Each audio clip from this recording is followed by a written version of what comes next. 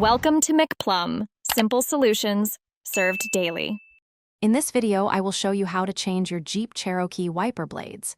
First, gather your new wiper blades. For the front, you'll need a 26-inch blade for the driver's side and an 18-inch blade for the passenger's side. Don't forget a 13 or 14-inch blade for the rear. Make sure you have a clear workspace. This simple task can greatly improve your visibility and driving safety, so let's get started with the preparation steps. Now, let's remove the old front wiper blades. Begin by gently lifting one wiper arm away from the windshield until it stands upright. Be very careful, as the arm is spring-loaded and can snap back, potentially damaging your windshield. Locate the small locking tab at the base of the wiper blade where it connects to the arm. Press this tab, then slide the old blade down and off the J-hook.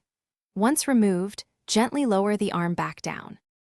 With the old blade off, it's time to install the new one. Take your new wiper blade and align its connector with the J-hook on the wiper arm. Slide the blade up onto the hook until you hear a distinct click, indicating it's securely locked into position. Double-check that the locking tab is fully engaged to prevent the blade from detaching. Once secure, gently lower the entire wiper arm back onto the windshield. Repeat this process for the other front wiper. Finally, let's tackle the rear wiper blade.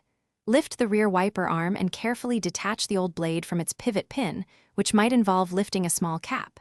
Install the new rear blade by aligning its pin with the holder and pressing until it snaps into place. Once all blades are installed, lower all wiper arms.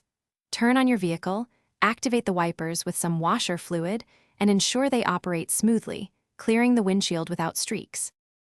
Thanks for watching. Stay juicy and subscribe.